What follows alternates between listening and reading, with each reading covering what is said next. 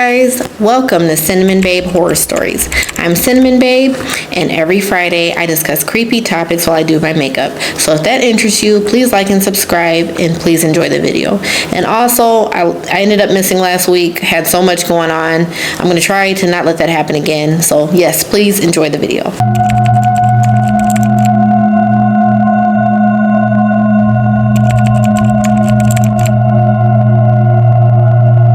At 11 a.m. 2014, April 1st, two young women decided to take a hike in the Panamanian jungle and mysteriously disappeared.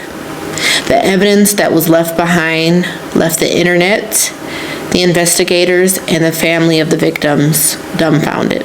So Kris and Lisanne, 21 and 22 of age, grew up in Amersfoort, Utrecht, in the Netherlands. I'm sorry if I mispronounced that.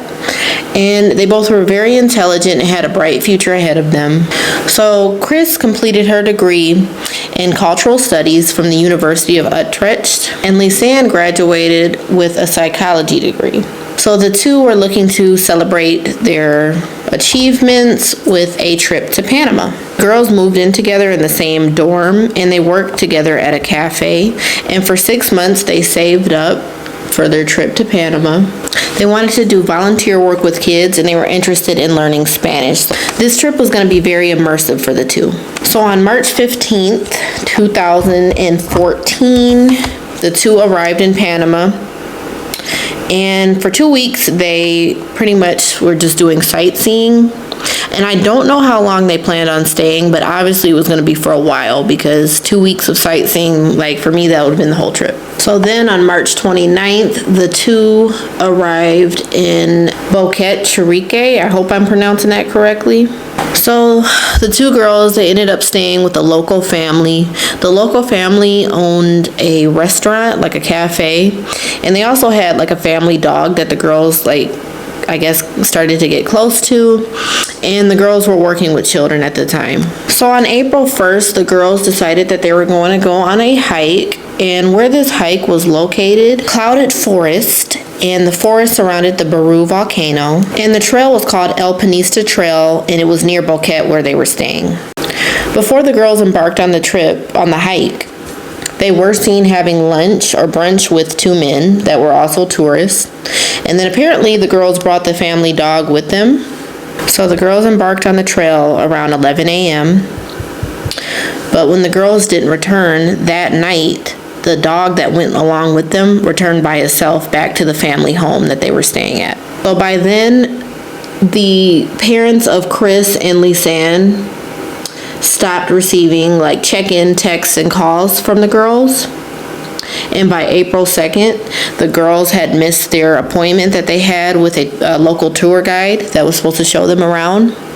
They ended up missing their appointment, and then that's when everybody began to get alarmed. By April 6th, after both Kris and Lisanne's parents did not hear from the girls at all, they flew out from the Netherlands to Panama with police, dog units, and investigators, and they conducted a 10-day search. The parents of both the girls even offered a $30,000 reward for anybody who had information on the girls' whereabouts. On June 14th, which is 10 days after the girls had gone missing, a local woman had found Lisanne's blue backpack that was relatively dry after a 10-day search in the jungle, and it was found at a riverbank, and like I said, everything in it was dry, and everything was in good condition. The backpack was found near Alto Ramiro.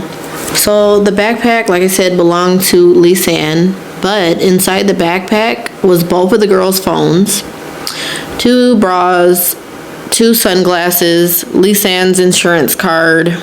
It also contained Lisanne's Canon camera and $88 US. So Kris and Lisanne's phones both showed that 6 hours into the trip, both of the girls tried to contact emergency services, which is 911, and then 112.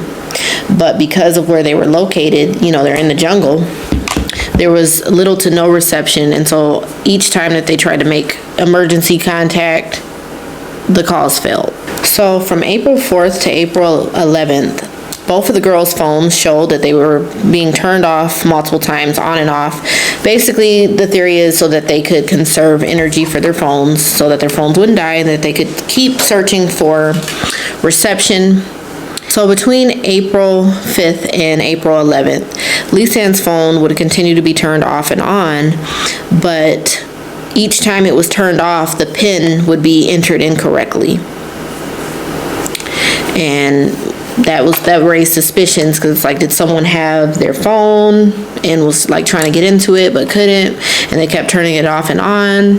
And so for the last time, on April 11th, Lisanne's phone was turned on and left on for about an hour around 10 o'clock in the morning, and then it was shut off close to like 12 o'clock. So Lisanne's camera, her Canon camera that was found in the backpack, it contained about like 90 something pictures, and about half of them were normal like tourist shots, fun stuff like that.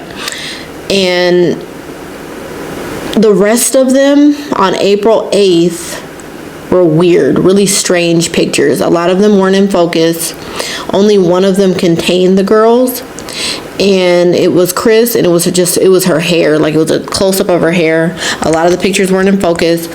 It was of random things like a backpack, the dirt, the trees, like up into the sky, and it, like I said, the pictures didn't make any sense. It was strange pictures. The search would then continue after the discovery of the backpack, and then along the Colubre River, Kris's shorts were found laying on a rock.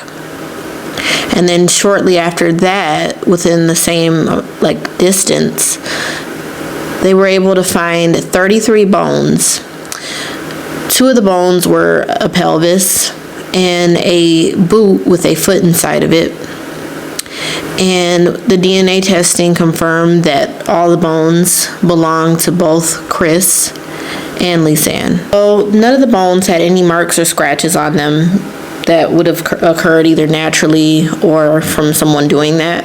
All the bones were like undamaged. Now for some reason, Kris's bones were dry and like bleached from the sun, but Lisanne's bones still had skin attached to it. So it was like 2 different versions of decomposition. But that could have meant that one of them obviously died before the other, which could also explain why I believe it was Lisanne's phone kept having the wrong password entered into it. Maybe Lisanne passed away first, and, well, no, because Lisanne's bone still had skin on it. Yeah, so that doesn't even make sense.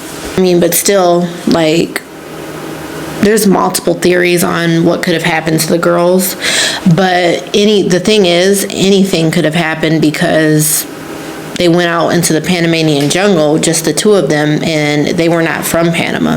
They didn't go with a guide.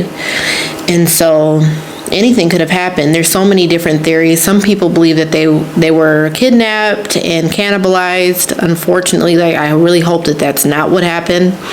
Other people believe like it was natural causes. You know, they succumbed to the elements from starvation, of being lost. Like they got lost, they starved, and that's what happened. Or maybe they injured themselves.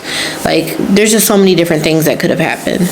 And so because of the condition of their remains, what truly happened to them remains a mystery, because there was no evidence of foul play.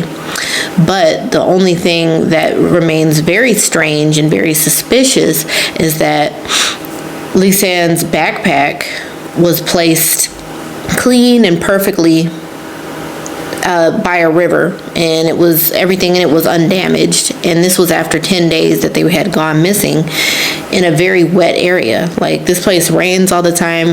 The backpack was right by a river. Why was everything in such great condition? It's almost as if somebody planted it there. An estimated 170,000 people go missing every year, and I don't know if that's worldwide or in America, but the thing is, like, especially if you're a young woman, you just have to be very careful and just use really good judgment.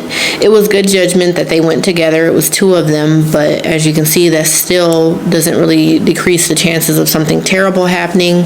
I would say even if you're a man, like if you're visiting a foreign country you've never been before, and you decide to go to you decide to go out into nature, especially like a rainforest, a jungle where there's wild animals, there's danger, there's people that you don't know, people that you don't know what their motives are. You should go with a guy, you should go with a group, you should be extra careful. Yeah, just always use good judgment. I hope you enjoyed the video. If there's any details that I left out, please let me know and put it in the comments down below. And also, please like and subscribe, and please stay tuned to the next video. Bye.